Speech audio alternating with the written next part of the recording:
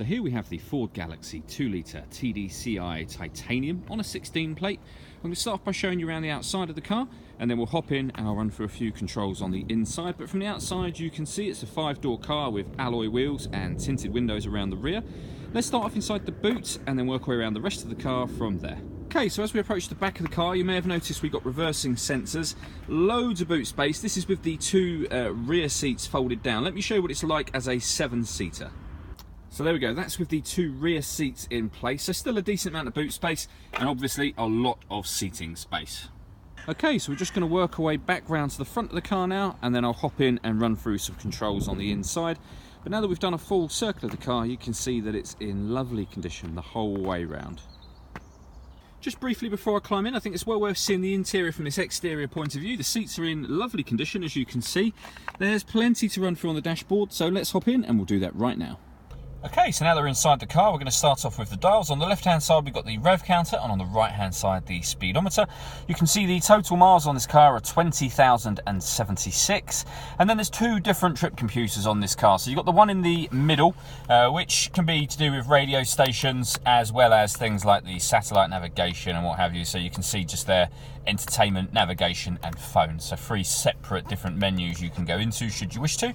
And then the menu on the left-hand side is the main kind of trip computer, fuel economy, and all of that is operated on using buttons on the steering wheel. So the left-hand trip computer with these buttons, the right-hand one with these buttons. And if we move out further from the steering wheel, you can see this car's got cruise control and speed limiter, as well as stereo controls and voice activation for the phone. So hit that button, ask it to dial anyone in your contacts list, and it will do that for you without you having to take your phone from your bag or your pocket.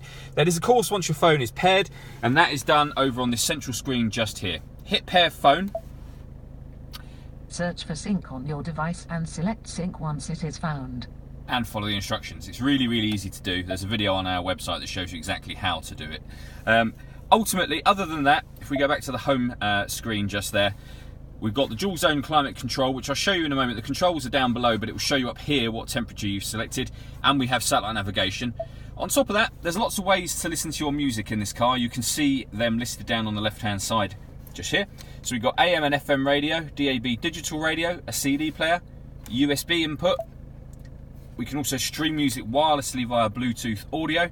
There's an SD card slot, although that is reserved for the satellite navigation, and there's a line in, which is an auxiliary input. So loads of ways to listen to your music. Beneath that screen is the main CD player and volume for the stereo, and then we've got the dual zone climate control. So although you can make the adjustments down here, so I can turn the temperature down on the passenger side, driver side, it will show you what you've done on the screen just there. Same as if I start to adjust the fan speed up and down as well, and you can see it just coming up below the temperatures on the screen just there. Once you've got the temperature you're happy with, hit that button to turn the air conditioning on, or hit auto and the car will maintain those temperatures for you by taking control of the fan speed, and then you can just override that accordingly. We also have a heated front screen as well as the heated rear screen just there. And then in this cubby hole we've got 2 USB inputs, the SD memory card slot, the auxiliary input, and a 12-volt charging socket. We have a 6-speed manual gearbox, electronic handbrake, and then we've got a few buttons just to the right hand side here. So from bottom to top, that one turns on the front parking sensors or turns them back off again.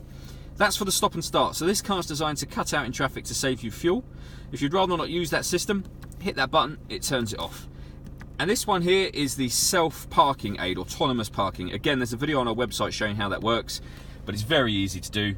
Just follow the instructions on the screen, basically. And then finally, in the central armrest, we have a second 12-volt charging socket. All that leaves me to say is thank you for taking the time to watch this video. If you'd like to come and see the car in person and have a test drive, please feel free to call any of our MJA sites. We'd love to hear from you soon.